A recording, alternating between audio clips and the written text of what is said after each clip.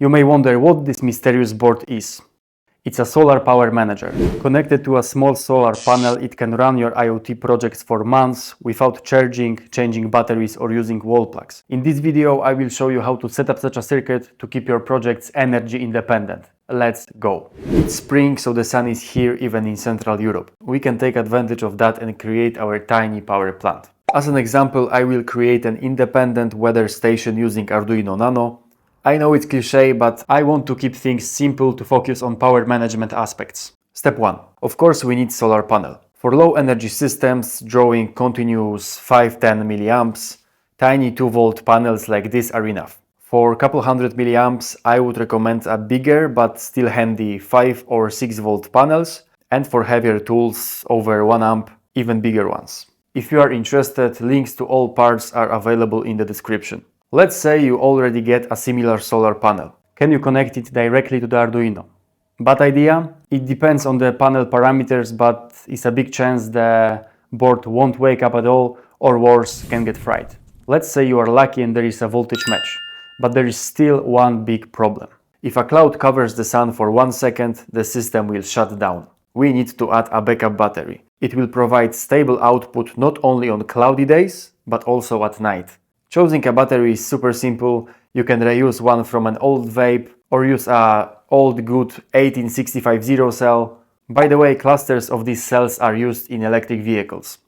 The last puzzle. We have to add some kind of orchestrator which will, during the day, convert solar power to a constant 5 volts, protect the battery from overcharging and over-discharging, charge the backup battery when there is energy surplus, and at night switch the power source to the backup battery and boost it to 5 volts. Also, there is a MPPT technique. In a nutshell, the equation power equals current times voltage for solar panels is not linear, and this continuously hunts the curve maximum, juggling voltage and current, often increasing efficiency by another 10-15%. You can try to build it from scratch, but it's not an easy task. And now, like a knight on a white horse, Solar Manager boards from DFRobot ride in to save the day. DFRobot provided me with their boards and panels to test. Big thanks for that, but I was using their parts long before this video. For example here, so I can assure you they provide awesome products, and it's always a pleasure to promote great quality stuff. Anyway, for low energy projects, for example analog sensors and Bluetooth beacons, Micromanager with this small 2-volt panel is a perfect setup. It can fit literally in a cigarette package. My favorite and the most universal is the standard 5-volt setup. A little bigger, but with proper optimizations, can power boards like Raspberry Pis or even charge your phone. I will use it today, so let's try to hook everything up. We can connect a battery with screw terminal or a typical GST connector, so I soldered GST to my battery. Worth to mention, this battery can be raw without any protection circuit. The manager will take care of that. That's super useful. The module is foolproof. Even if you connect the battery in reverse by mistake, it safely detects it and lights up this diode. Next, I connect solar panel with screw terminals. This particular board accepts input from 4.4 up to 6 volts. It guarantees stable 5 volts output, perfect for most modern boards. If there is sun energy surplus, it will pump it into the battery. If the sun is not available, it will use energy stored in the battery. And that's basically it. Arduino can be connected simply via USB, but if you prefer, you can use stabilized output pins. For microboard, input-output are very similar, the only difference is 3.3 output and lack of terminals and connectors to save the space. I prepared simple JavaScript interface and uploaded C script to the Arduino.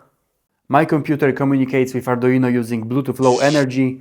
I won't bore you with the code overview, but I'll put GitHub link in the description. My Arduino has built-in temperature and humidity sensors, so there is no need for external components. Note for curious folks, we can bypass 5-volt regulator and power board directly on 3.3 pin, but since I picked bigger panel, there is no need for that. Let's put some sunlight on the system. Chrome Web Bluetooth API immediately finds the Arduino. Let's pair it. As you can see, the board is broadcasting data every 10 seconds. Cool. Let's talk about numbers. How much power can you actually generate? It's very hard to answer.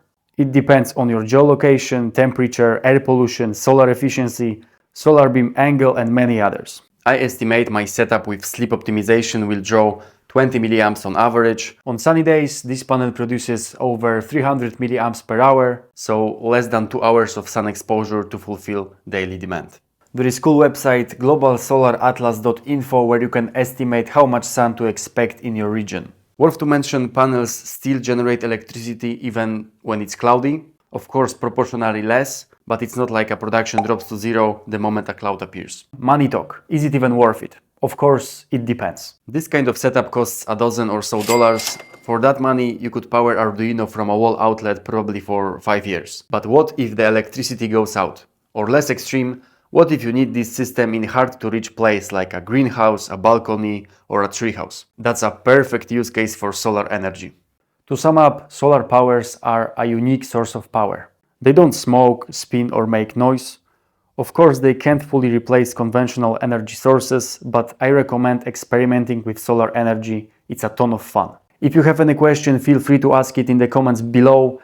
That's it for today. Thanks for watching. Subscribe for more and hopefully see you soon.